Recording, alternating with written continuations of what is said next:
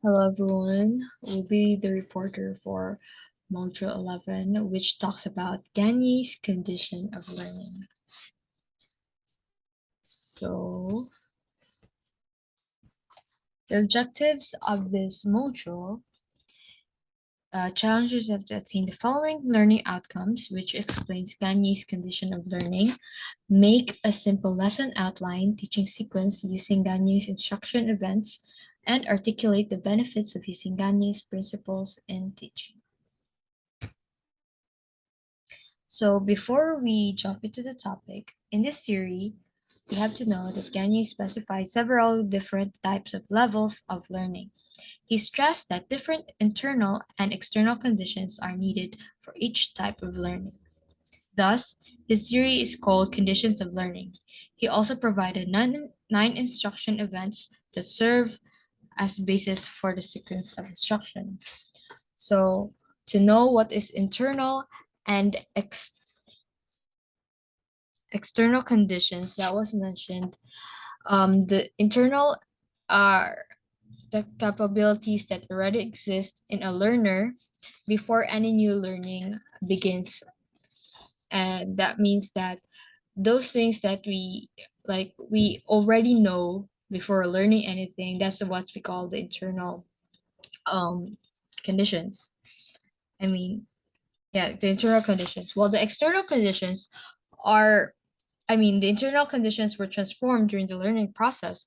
So for the external conditions, those were like the things that we gain or learned from those in our environment or in school, teachers, the people around us. Those were external conditions or the learnings that we gained from them.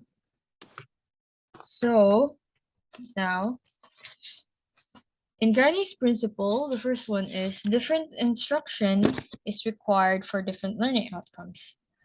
Gagne's theory asserts that there are several different types of levels of learning. Furthermore, the theory implies that each different type of learning calls for different types of instructions. So of course, we have to expect that in if you want different outcomes, you have to do different learning strategies or teaching strategies for that. So there are 5 categories of learning, and these are verbal information, intellectual skills, cognitive strategies, motor skills, and attitudes. So distinct internal and external conditions are required for each type of learning. For instance, for cognitive strategies to be learned, there must be an opportunity for problem solving. And to learn as choose, the learner and must be exposed to credible role model or arguments that are convincing and moving. So next. The first one is verbal information. Verbal information is seen when the learner is able to declare or state what he or she has learned. So the learning outcome that to be expected is that the student could state previous learned materials such as facts, concepts, principles, and procedures. For example, is listing the 14 learner-centered psychological principles. So if they can state those mentioned topic, that means that uh, verbal information, the expected learning outcome in verbal information is reached. Okay. So there are conditions of learning for that. It's like a strategy. So first, you have to draw attention to distinctive features by variations in point or speech. So for them to for that, you should make sure that when you give them printouts, you should make sure that you highlight some of the words there for them to remember immediately. And if it's speaking, if you're discussing the lesson verbally, that means you should change the tone of your voice to implicate a specific word for them to remember. And with that, they could immediately think, oh, that's the point of the topic. That is an important information right there. Next is present information so that it can be made into chunks. So we all know that we were in a short memory. We all are probably having a short memory. So for us to remember easily, of course, you should make sure to chunk up. I mean, you should make sure that you present the lesson that the students could immediately made it into chunks. So for example of that is in your PowerPoint, like what Sir Bobby mentioned, the 7-7 rule. In your PowerPoint presentation, either you only put 7 words there or 7 lines, so that the students that who can see your or view your PowerPoint presentation, they can immediately remember it. The next is provide a meaningful context for effective encoding of information. The last, provide cues for effective recall and generalization of information. So you should provide any cues for them to, like like what I said earlier. You should make sure that you highlight the words for them to remember easily, so they could immediately remember or process the information, and they could, for them to easily remember. And with that, they could, if you ever you're going to make an oral activity, they can immediately state or answer it directly because they remember. Next is intellectual skills. So intellectual skills is the most clear-cut way to identify the learner's preparedness. In short, this is where you know that the students will learn how to do things. It's because they know what to do, like that. So in here, there's discrimination. It's like distinguishing objects, features, or symbols. For example of that is they would know the difference of an even and odd numbers. Next is the concrete concepts. Identifying classes of concrete objects, features, or events. Or the word concrete, the students would really do something. One of this example is picking out all the red beads from a bowl of beads. So it's like they're doing something for them to identify which of these are the red beads, something like that. Next is the defined concept, classifying new examples of events or ideas by their definition. Example for that is noting she sells seashells as alliteration. Next is rules, applying a single relationship to solve a class of problems.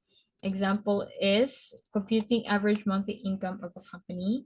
Then last is order rules, applying a new combination of rules to solve a complex problem. And for example of that is generating a balanced budget for a school organization.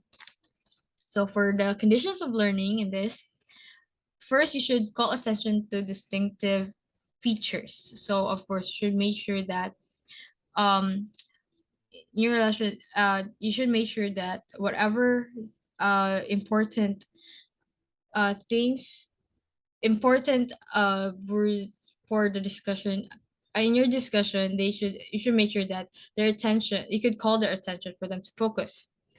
And second, stay within the limits of working memory. So like what I said earlier, again, we all have a short memory. So we have to make sure that we don't give them too much information, because it may be hard for them to process it, and they might not remember any of it. The third one is stimulate the recall of previously learned component skills. So you have to recall it for them to remember and make sure that they remember it longer.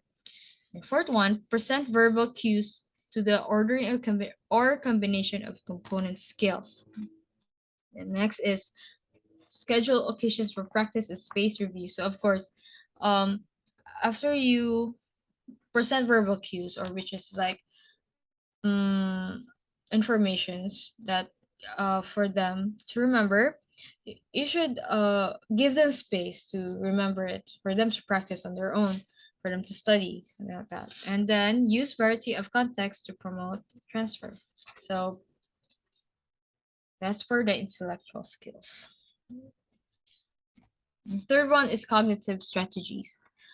En- Enabling learners to exercise some degree of control over the processes involved in attending, perceiving, encoding, remembering, and thinking. So, from the word cognitive, of course, it's all about the brain again. So, the example for this learning outcome is example of learning outcome for this category of learning, employing personal ways to guide learning, thinking, acting, and feeling. So, for example, is construction concept maps of topics being studied. So, for conditions of learning, describe or demonstrate the strategies. Of course, you should describe what a concept map is and demonstrate how they make a concept map. And second, provide variety of occasions of practice using the strategy. So, of course, after you discuss it to them, you shouldn't just um, discuss and discuss. They should also apply it. They should learn how to do it on their own. Third one is provide informative feedback as to the creativity or originality of the strategy or outcome. So you can just let them present the concept map that you left them to do.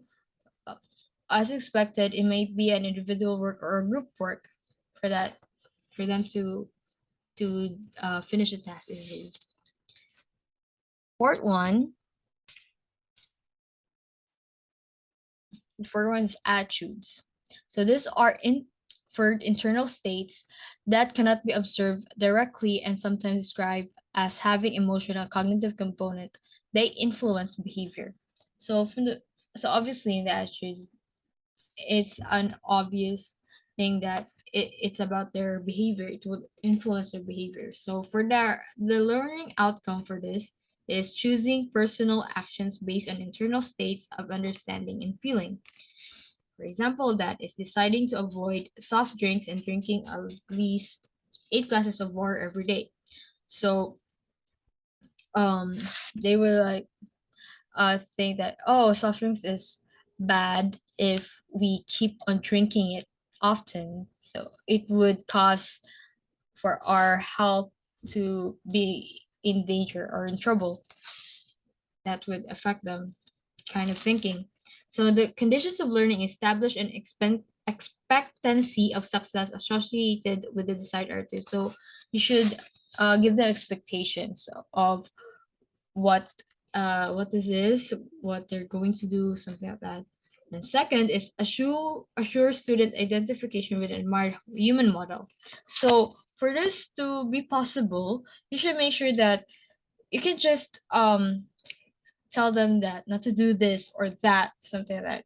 You should make sure that there's a human being, a real living human being that they could look up to, and they like make them help them realize or admire that person. Like, oh, I love this person, and I didn't know that they they're living a healthy life, and seeing that this person never and don't really drink soft drinks that much, and drink a lot of water instead, it would give you a healthy body.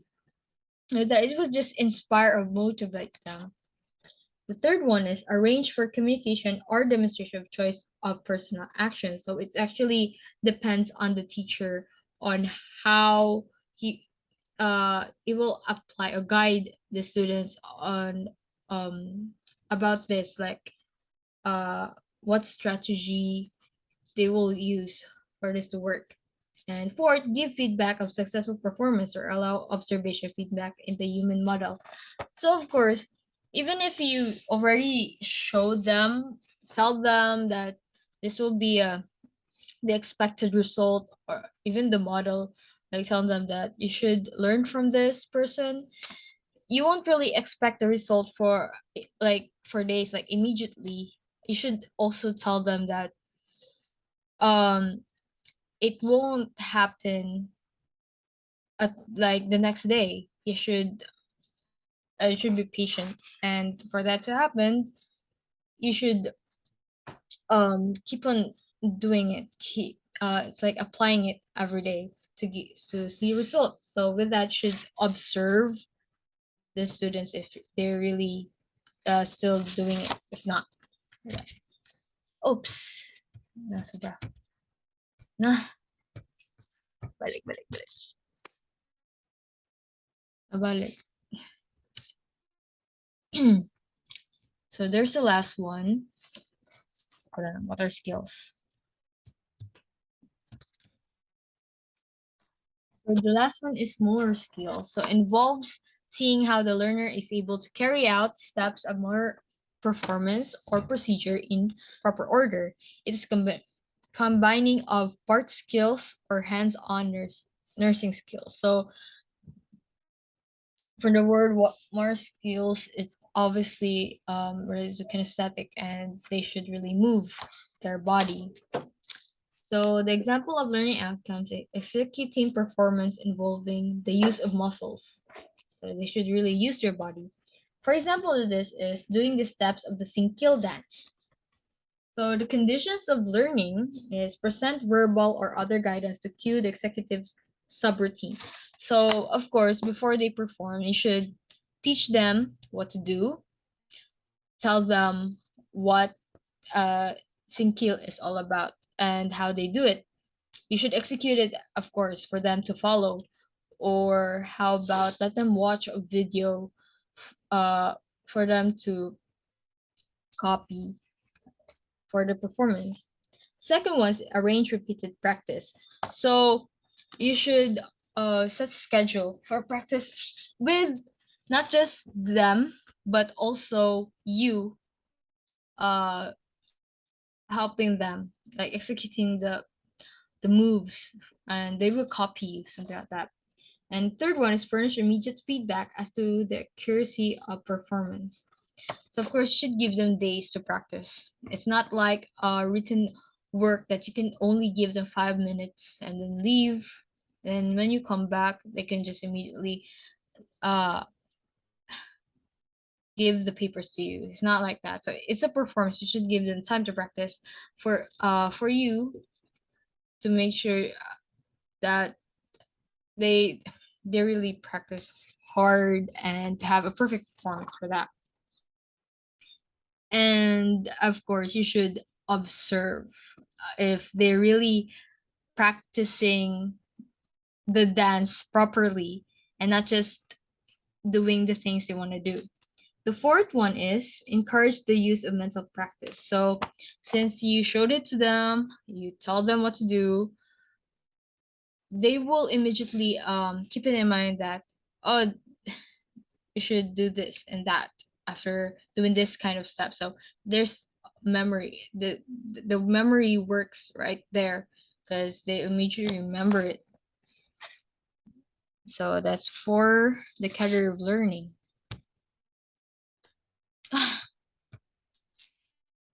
Sobra na po.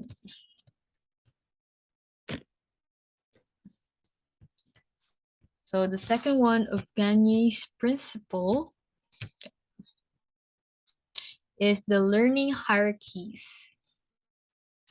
So learning hierarchies define what intellectual skills are to be learned and a sequence of instruction. So of course, before the student learns something, they should actually for the word hierarchy, it's like a ranking. So it's like of course for the student to learn, they shouldn't just apply it immediately. Of course, you should teach them first for them to learn. So these are the hierarchy according to complexity. Stimulus recognition, for then response generation, procedure following, use of terminology, discriminations, concept formation, rule application, and problem solving. So with that, of course, if you're going to teach a child, if you really wanted to learn, For example, this is for example, math. You want them to learn addition. Of course, you can just tell them to add numbers without teaching them how to add numbers.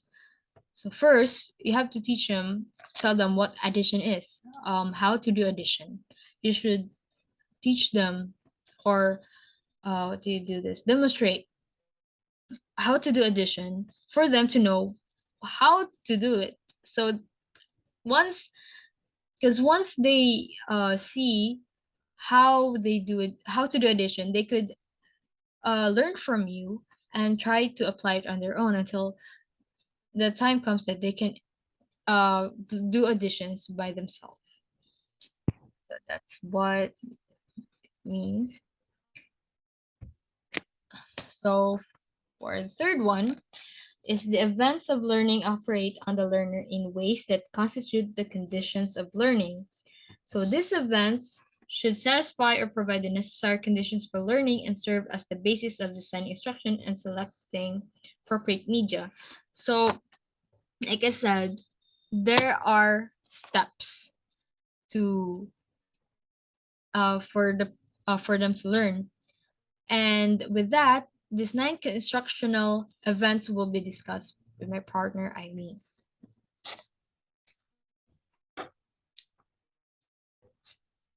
So, hello everyone. Um, so there are nine instructional events by Gagne's learning and conditions of learning. So first is gaining attention. So no educator on earth can teach a subject without first getting the students' attentions. So this is easier said than done, but failing in this first task sets all subsequent tasks up for failure too. So to get the students primed and focused, they need to be ready to learn a certain topic at hand. So to get the students' attentions, um, you can give icebreaker questions to them to be challenged, and throw a bit a what we call this one, a interesting trivia. You can give some sort of ideas on and uh, give some any controversial current event, and ask their opinions and comments about some entertaining topic, and bring out eye-catching visual and audio stimuli, because this those what I've said earlier, um, uh, this those what I've said, um, those things can get the students' attention if those particular topic are interesting, and you can give some questions that are challenging, or you can give some interesting trivia, and allow them and allow yourself to ask the students with comments and their opinions, because um, there are students that has different perspectives and ideas. So the next is the second one is to informing the learner of the objectives. So when giving speeches, we're often to tell them what we're going to tell them. So that idea holds true here as well. Once we have their attention. So we want to quickly educate the students about what they should expect to learn during the lesson. So this further primes them and gets them ready to receive information and predict what they'll need to comprehend and deliver at the end. So as a future educator, before we start the proper discussion, we need to give the objectives or the step prior to the sequence of the lesson. As what I've said a while ago, so we want to tell them the we want to tell them what should expect to learn during the lesson. So it is step by step. Like if you have a sort of reporting, so you need to say what are the objectives, and step by step, and ready to receive an information that what they will need to comprehend and deliver at the end. So for example, at the end of the lesson, the students will cope up this blah blah blah. So like that. So the third one is stimulating recall or of prior learning. So after you've gotten their attention and explained the lesson's objectives, it is the time to prime them even further and draw out their prior learned knowledge of the given topic. So uh, this condition of learning is we can relate this if our teacher asks us, is anybody can recall what was the last topic we discussed, and the students the student will state what she or he can remember about that certain topic. And this is one of the strategies of the teacher if the students um, learned something or not. So to recall a sort of learning, first you need to conduct summaries of the past lessons and explain how you scaffold upon the foundation of prior lessons and connect the material from the past to the current lesson and bridge the gap and utilize the discussion forums if you're teaching online or even in face to face. So the fourth one is to presenting the content. So you've told the students what you're going to tell them and gotten them to pre-engage with the subject matter. It is time to present the lesson, material, and upon that prior knowledge base. So before you uh, before to start, you need to present what is the content of your lesson. Kumbaga, para may ano sila, para may anong tawag dito? Parang may isipin sila na ano kayang lesson yung i-discuss ni ma'am? Yung ganon. Tapos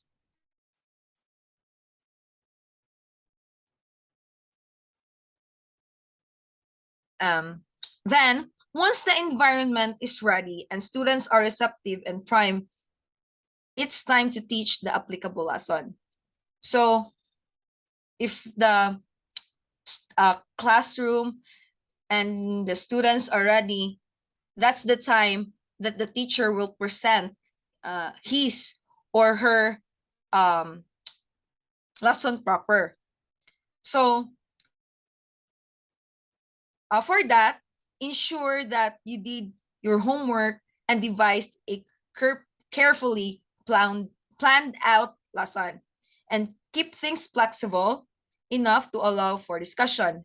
Incorporate a variety of content delivery methods to keep students engaged, such as audiovisual content, readings, group projects, and other creative ideas, and demonstrate through physical methods when applicable and appropriate. So the fifth one is providing learning guidance. So before and during the content presentation, it's beneficial to provide the students with example of suitable outcomes. So this way, there is no confusion about what will be considered acceptable versus what falls outside that range. So for the students able to learn something, they need the guide of their teacher. So don't make the students guess don't make the student guess what they're supposed to be learn or doing. Huwag niyong hayaan yung estudyante niyo na mag-isip na ano kaya yung matututunan ko dito. Like dapat hindi naman sa spoon feeding, but kailangan yung i-guide yung students nyo para masasabi nyo talagang may malalaman siya sa lesson na itinuturo ng teacher. So, after that, you can offer example of what is acceptable versus what is not. So, after the lesson proper, so the teacher can give example and give some creative ideas para mas maintindihan ng estudyante kung ano yung itinuro ng kanyang guro. For example, sa subject na EL 114 na Afro-African Literature, may specific na lesson na connected siya sa Afro-Asian. Tapos yung student dapat hindi niya iisipin kung ano yung possible na content ng story na yon. So dapat sasabihin ng guro kung ano yung learning or ano yung specific na learnings na makukuha niya doon sa story na yon. So after that, make relevant facts and guidance clear and not ambiguous. So dapat pag once magbibigay ka ng guidance sa estudyante mo, dapat clear and concise yung idea na ibibigay mo para mas madali nilang ma-cope up yung lessons na itinuro mo sa estudyante. So last one is to use graphs, timelines, stories, rubrics, role-playing, mnemonic, memory tricks, and anything else that helps students comprehend and store pertinent information. So,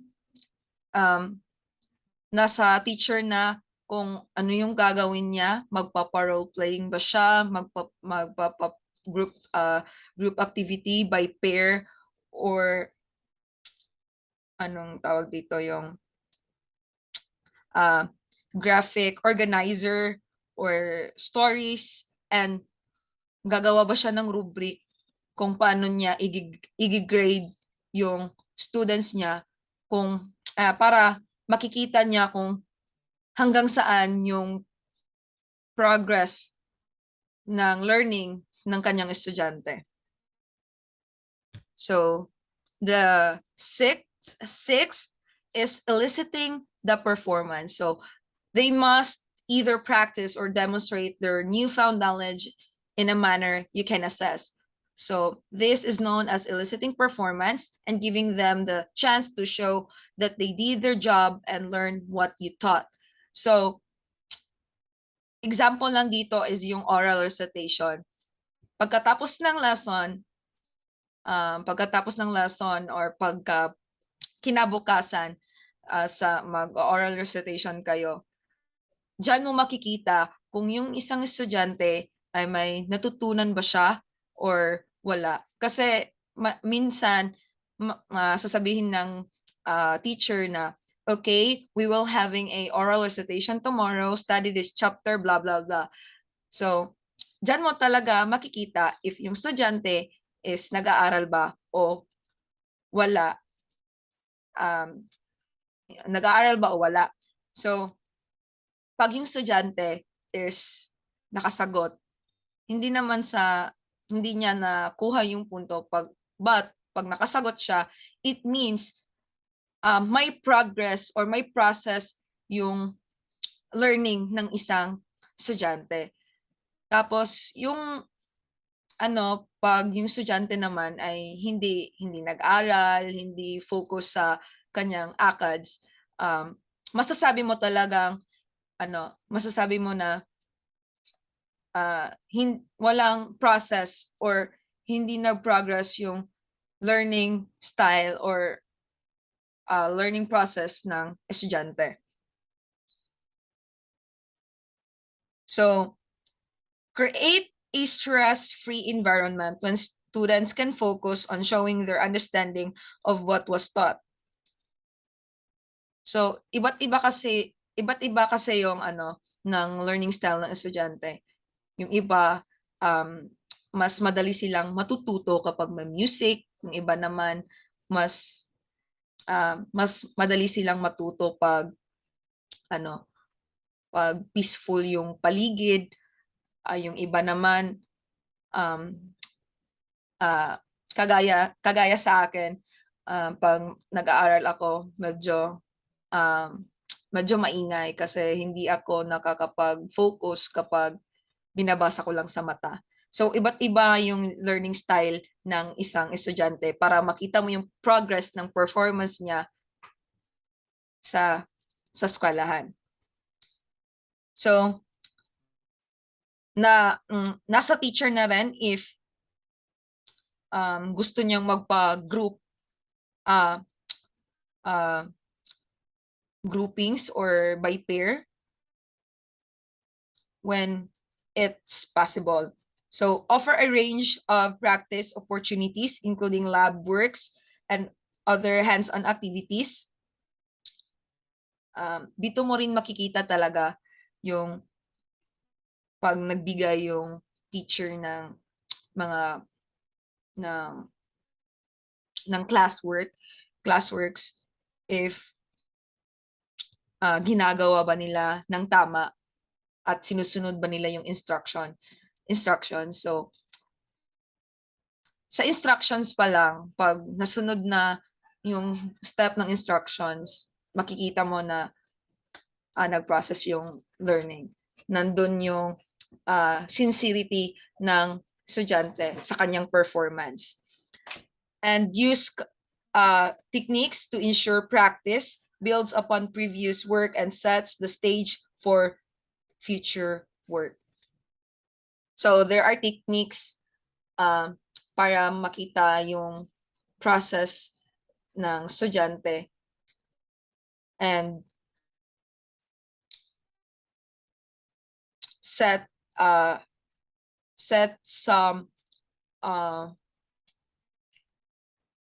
practices that can boost and progress their performance. So the seventh is providing feedback. So ito yung isa sa mga pinaka-importante. Instructor real-time feedback is crucial to complete to completing the teaching learning cycle. Generally speaking, feedback should be personalized, constructive, positive, and immediate. There are few unique types of feedback with specific purposes.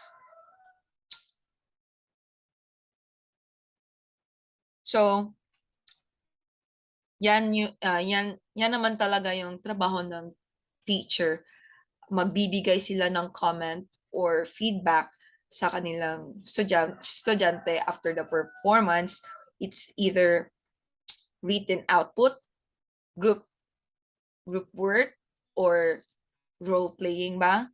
So, dyan, uh, ito yung ito yung stage na magbibigay ka ng advice or magbibigay ka ng mga pointers kung ano yung kulang sa kanilang performance, kung satisfied ka ba or medyo nakukulangan ka or kailangan nilang ulitin para mas pag-igihan pa nila.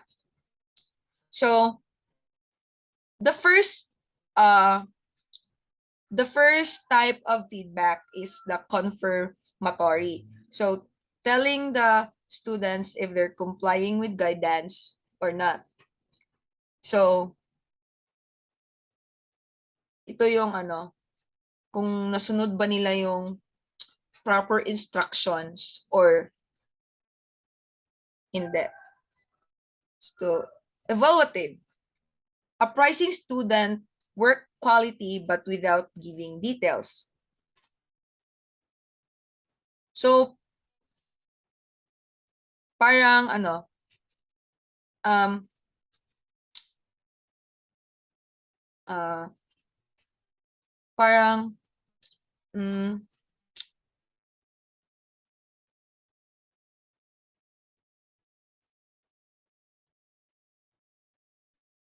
parang sa word na evaluative, nag-evaluate ka lang, but hindi mo, after the performance, hindi mo, siguro doon ka lang bigay ka lang ng feedback sa, it's either sa paper, but hindi mo totally sinabi kung ano yung kulang, ano yung mas mainam gawin sa performance ng estudyante. So, descriptive or analytic feedback, ito yung after the performance, i-describe mo talaga yung performance ng estudyante mo. And by giving some extra assistance or advice, ito yung, for example, may role playing, tapos pag medyo na-satisfied ka, after the performance, sasabihin mo, maganda yung performance nyo, but kinulang sa part na to. So, sa susunod, pag may role playing, dapat i-apply nyo yung ganito, ganyan.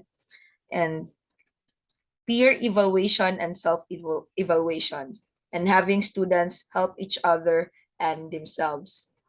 Kagaya nung ginawa namin sa high school, sa senior high, hindi lang yung teacher yung nagbigay ng feedback sa amin, kundi yung kapwa din namin estudyante nagbigay ng feedback kung ano yung kailangan namin gawin sa susunod, ano yung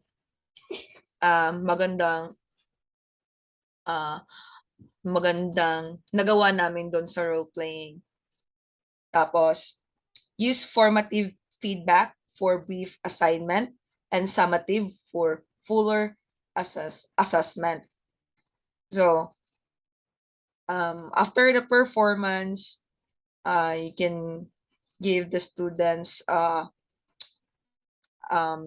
some assignments to enhance um,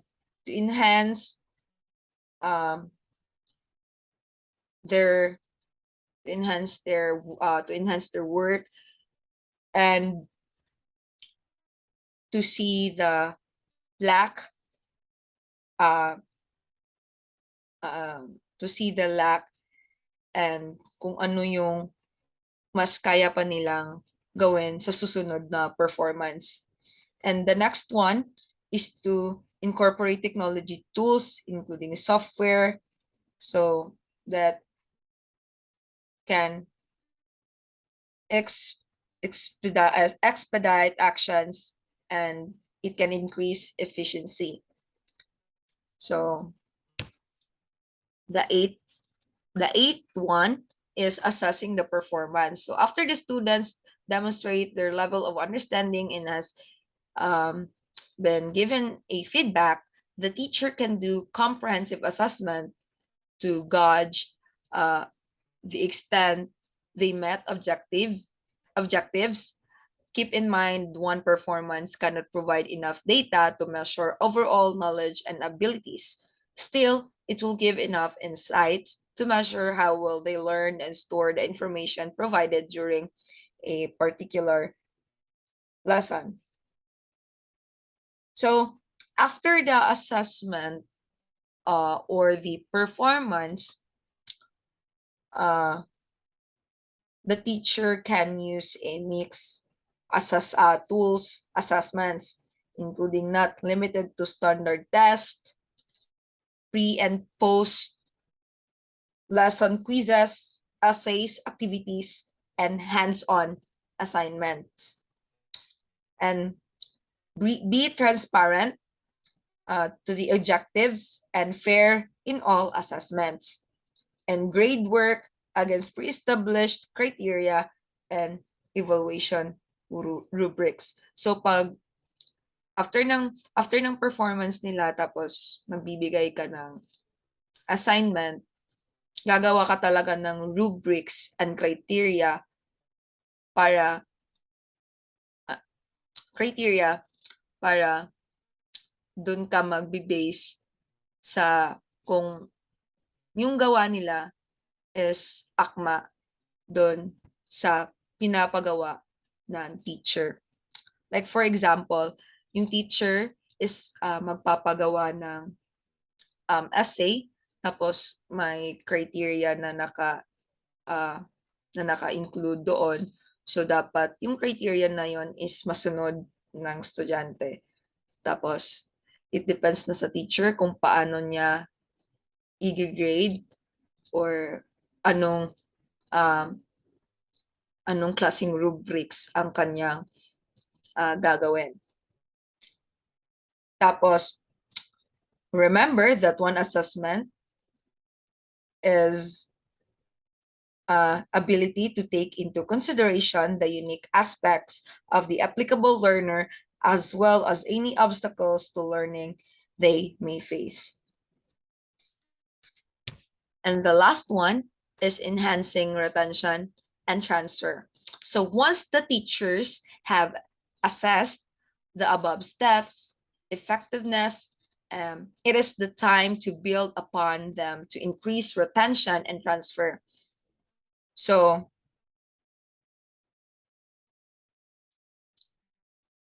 to help students retain the information they work so hard to learn and give them chance to personalize their learned experience to apply it to their own life or even a job. So first is to ask the students to write an essay describing how the lessons impacted to them and what they might do with the new information. And the next one is to assemble the students into discussion groups and provide prompts for them to talk about. Example dito is pwede silang magdebate kung ano yung hinaing ng isa at ano yung hinaing ng isa ding estudyante para magkakaalaman kung sino yung mas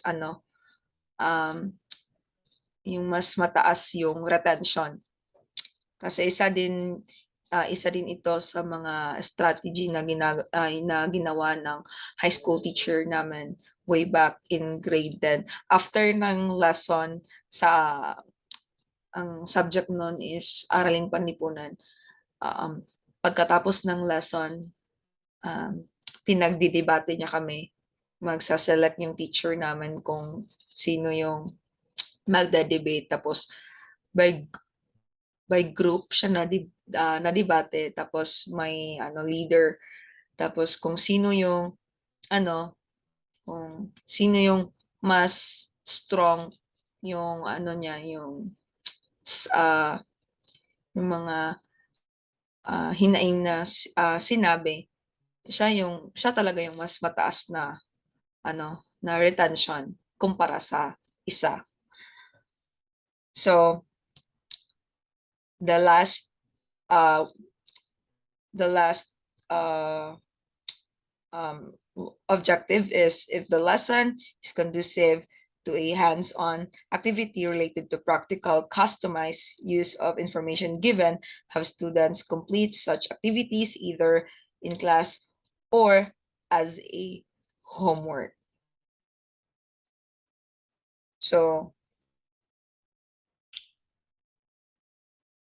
after the lesson, it depends on the teacher if he or she will give some another information given, and if she or he will um, tell the students to complete some or sort of activities or either an assignment. So um, we hope that you learned something from our pre-recorded discussion, and we're very sorry to miss the face-to-face recording because uh, we're not expecting that magre-report pala kanina, but may may urgency na event, so hindi kami nakapag face-to-face class, but thanks to Doc Bobby Asirit na pinayagan niya kaming pre-recorded discussion, and we hope that you learned something from this video and have a nice day, everyone. Keep safe.